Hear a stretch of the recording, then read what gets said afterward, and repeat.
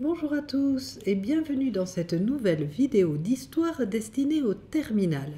Aujourd'hui, nous allons aborder un sujet fascinant, le monde bipolaire pendant la guerre froide.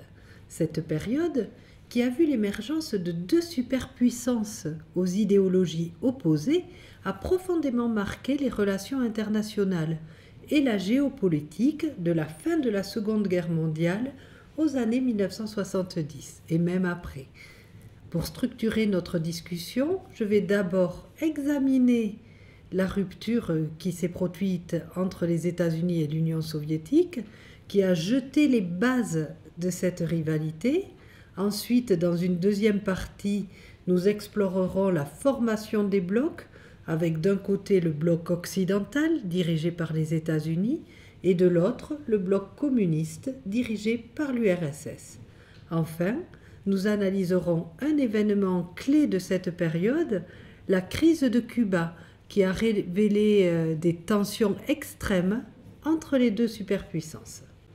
Commençons donc avec la première partie de notre plan, la rupture entre les deux superpuissances. Bien que les États-Unis et l'Union soviétique aient été alliés contre les puissances de l'Axe, à savoir l'Allemagne, l'Italie et le Japon pendant la Seconde Guerre mondiale, des divergences fondamentales ont rapidement émergé concernant la réorganisation de l'Europe après la guerre. Ces tensions se sont particulièrement manifestées lors de deux conférences, la conférence de Yalta en février 1945 et la conférence de Potsdam en juillet et août 1945. Lors de la conférence de Yalta, les dirigeants des trois grandes puissances, Franklin D. Roosevelt pour les États-Unis, Winston Churchill pour le Royaume-Uni et Joseph Staline pour l'Union soviétique, se sont réunis afin de discuter des plans pour l'Europe d'après-guerre. Là, se sont exprimées des divergences idéologiques. Staline a affirmé le besoin pour l'URSS de créer des gouvernements pro-soviétiques dans les pays d'Europe de l'Est. Cette stratégie visait à garantir la sécurité de l'Union soviétique en établissant une sorte de cordon sanitaire autour de ses frontières. En revanche, Roosevelt et Churchill espéraient la mise en place de gouvernements démocratiques, basés sur le principe de l'autodétermination des peuples, puisque c'étaient les citoyens qui élisent leurs gouvernants dans un gouvernement démocratique. Ce désaccord majeur sur la nature des gouvernements à établir a semé les graines de la méfiance entre les deux superpuissances. Les tensions se sont exacerbées lors de la conférence de Potsdam durant l'été 1945. Dans ce contexte, Staline a insisté sur le fait que l'Union soviétique devait exercer un contrôle direct sur l'Allemagne de l'Est, demandant également des réparations lourdes de la part de l'Allemagne afin d'affaiblir le pays et de prévenir toute résurgence du nazisme. À l'opposé, Harry Truman, nouveau président des États-Unis qui avait succédé à Roosevelt, plaidait pour une reconstruction de l'Allemagne. Il prônait une intégration de l'Allemagne dans une économie européenne forte, avec des réparations modérées qui ne compromettraient pas la stabilité économique de la région. Cette opposition dans les approches de Staline et de Truman illustre la rupture grandissante entre les deux nations, chaque camp ayant des visions radicalement différentes sur l'avenir de l'Allemagne et de l'Europe. En 1947, dans ce contexte d'augmentation des tensions entre les États-Unis et l'URSS, le président Harry Truman a formulé ce qu'on appelle la doctrine Truman. Cette doctrine visait à contenir l'expansion du communisme dans le monde. Truman a déclaré que les États-Unis se devaient d'apporter un soutien financier et militaire aux pays qui se trouvaient sous la menace de mouvements communistes, affirmant ainsi leur engagement à défendre la liberté et la démocratie. Truman exprimait sa conviction selon laquelle le communisme ne se limitait pas à un simple système politique, mais qu'il représentait également une menace existentielle pour les valeurs démocratiques et capitalistes. La même année, le plan Marshall a été lancé par les États-Unis. C'est le complément essentiel à la doctrine Truman. Ce programme d'aide financière visait principalement à reconstruire les économies de l'Europe dévastée après la Seconde Guerre mondiale. Les États-Unis ont proposé une aide très importante, estimée à environ 13 milliards de dollars à l'époque. Aujourd'hui, ça ferait bien plus encore, pour soutenir la reconstruction des infrastructures, relancer l'industrie et stabiliser les économies des pays européens. Le plan Marshall avait également une dimension politique, bien sûr. En renforçant les économies européennes, les États-Unis espéraient réduire le risque d'adhésion à des mouvements communistes, car selon eux, les économies prospèrent quand tout va bien. Il y a moins de chances de sombrer dans le désespoir et l'instabilité qui alimentent le communisme. Là, c'est la pensée des États-Unis, bien sûr. De plus, cette initiative a favorisé la coopération entre les pays européens, marquant là le début d'un processus d'intégration qui mènera plus tard à la création de l'Union européenne. En 1949, face à l'escalade des tensions avec l'Union soviétique, les États-Unis ont fondé une alliance militaire appelée l'OTAN, l'organisation du traité de l'Atlantique Nord. L'OTAN a été créée dans le but de contrer la menace soviétique, en assurant une défense collective entre ses membres. Cette alliance comprenait au départ 10 pays d'Europe de l'Ouest, ainsi que les États-Unis et le Canada. Le principe fondamental de l'OTAN repose sur son article 5, qui stipule qu'une attaque contre l'un des membres est considérée comme une attaque contre tous. Cela a renforcé un sentiment de sécurité parmi les nations occidentales et a solidifié l'engagement militaire des États-Unis envers l'Europe. L'OTAN symbolise également l'unité des pays démocratiques face à l'expansion du communisme. En réaction à la formation de l'OTAN, l'URSS a établi en 1955 le pacte de Varsovie, qui est aussi une alliance militaire qui regroupe les pays du bloc de l'Est. Ce pacte a été conçu pour contrer l'influence de l'OTAN et pour assurer la solidarité entre les États communistes. Les membres originaux étaient l'URSS, la Pologne, la Tchécoslovaquie, la Hongrie, la Bulgarie, la Roumanie, l'Albanie et la République démocratique allemande, la RDA. Le pacte de Varsovie a mis en place une structure de commandement centralisée permettant à l'URSS d'exercer un contrôle militaire direct sur les forces armées de ses alliés. Cet accord a également servi à renforcer la domination soviétique en Europe de l'Est, justifiant des interventions militaires comme celle en Hongrie en 1956 ou en Tchécoslovaquie en 1968, lorsque des mouvements de réforme ont été perçus comme des menaces pour le communisme. En somme, la création de l'OTAN et du pacte de Varsovie représente la militarisation de la guerre froide. Nous allons passer maintenant à la seconde partie qui concerne la formation des blocs. Pendant la guerre froide, le monde était scindé en deux blocs opposés. Le bloc de l'Est, qui rassemblait les alliés de l'URSS, et le bloc de l'Ouest, qui rassemblait ceux des États-Unis. Commençons par présenter le bloc de l'Est. Le bloc de l'Est regroupait les pays qui étaient sous l'influence directe de l'Union soviétique ou qui adoptaient des régimes communistes. Ce bloc comprenait non seulement l'URSS elle-même, mais également de nombreux pays d'Europe de l'Est, tels que la Pologne, la Tchécoslovaquie, la Hongrie, la Roumanie, la Bulgarie et la RDA. Les pays du bloc de l'Est se distinguaient par des gouvernements autoritaires du type de celui de l'URSS, souvent dirigés par des partis uniques qui ne toléraient aucune opposition politique. Les libertés individuelles étaient sévèrement restreintes et la censure des médias était omniprésente.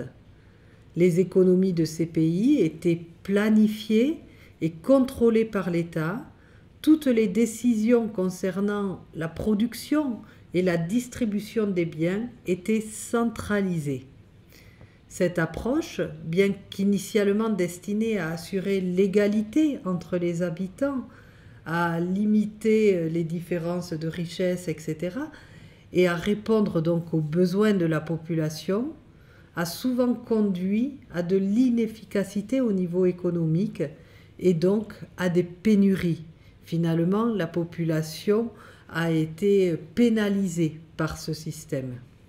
En revanche, le bloc de l'Ouest regroupait les pays qui soutenaient le capitalisme, la démocratie libérale et l'influence des États-Unis. Ce bloc comprenait les nations d'Europe de l'Ouest, comme le Royaume-Uni, la France, l'Allemagne de l'Ouest, ainsi que des pays d'Amérique du Nord, comme les États-Unis et le Canada. Alors, les gouvernements du bloc de l'Ouest étaient caractérisés par des systèmes démocratiques où les citoyens avaient le droit de vote et la liberté d'expression. L'économie de ces pays était fondée sur la libre concurrence et la propriété privée, avec un accent sur l'initiative individuelle et l'entrepreneuriat. Ce système économique a permis une croissance rapide, une innovation constante et un niveau de vie généralement plus élevé que dans les pays du bloc de l'Est, même si les inégalités étaient souvent fortes dans le bloc de l'Ouest. Pour illustrer le bloc de l'Ouest, j'ai placé une image de Captain America, car ce personnage incarne les valeurs américaines. Captain America a été créé pendant la Seconde Guerre mondiale. Il est devenu un symbole du patriotisme américain. Pendant la guerre froide, de nombreux numéros sont sortis. Ils représentent la défense des idéaux démocratiques face à la menace du communisme. Dans de nombreuses histoires, Captain America se bat contre des super-vilains qui représentent le communisme et ses dangers, illustrant ainsi la perception en Occident selon laquelle le communisme était une menace à la liberté et aux droits individuels. Captain America est souvent présenté comme un leader qui unit différentes personnes autour de lui pour combattre contre une menace commune, ce qui reflète l'esprit de solidarité parmi les nations du bloc de l'Ouest durant la guerre froide. Les États-Unis, comme Captain America, se veulent être les rassembleurs des nations du bloc de l'Ouest. Les différences entre les deux blocs ont donné naissance à une compétition permanente, chacun cherchant à promouvoir son modèle de société à l'échelle mondiale. Cette lutte pour l'influence a souvent trouvé un écho sur la scène internationale, où les deux blocs soutenaient des mouvements politiques et militaires opposés. Par exemple, la guerre de Corée de 1950 à 1953 a vu le Nord communiste, soutenu par l'URSS et la Chine, s'opposer au Sud, qui lui était soutenu par les États-Unis et leurs alliés. La guerre de Corée a été une des premières manifestations militaires directes de la rivalité entre les deux blocs. Ce conflit s'est terminé par un armistice, mais sans traité de paix formel, laissant la péninsule coréenne divisée en deux pays et des tensions persistantes. Le blocus de Berlin en 1948 et 1949, lorsque l'URSS a tenté d'isoler Berlin-Ouest, a conduit les États-Unis à organiser un pont aérien pour approvisionner la ville et a débouché sur le partage de l'Allemagne en deux pays opposés, la RFA, qui était une démocratie fédérale sur le modèle des États-Unis, et la RDA, à l'Est, un régime autoritaire communiste sur le modèle de l'URSS.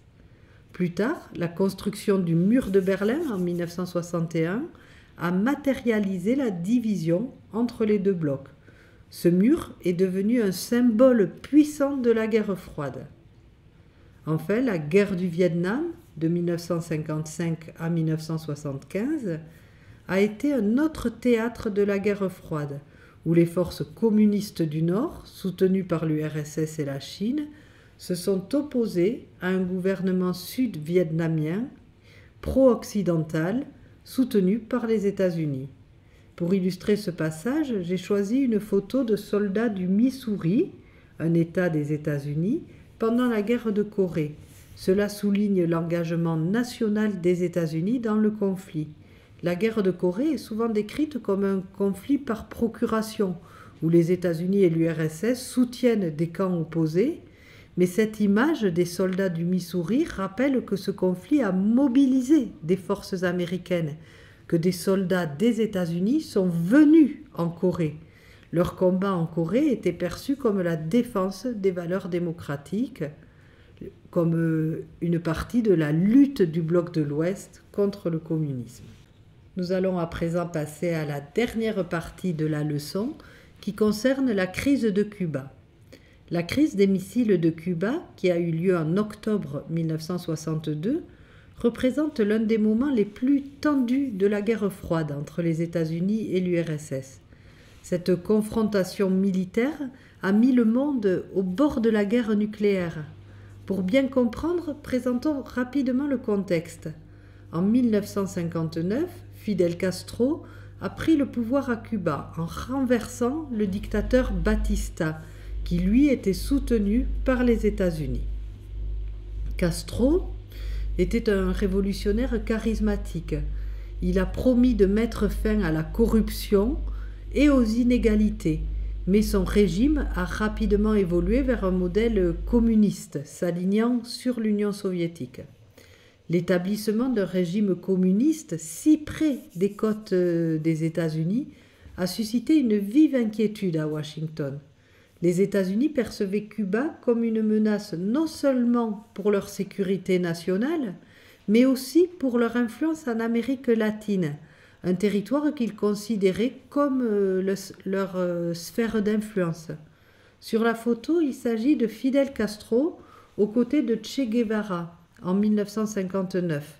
En tant que figure charismatique de la Révolution, Che Guevara a été un fervent défenseur de l'expansion du communisme à travers le monde, et son implication aux côtés de Castro a renforcé les préoccupations américaines.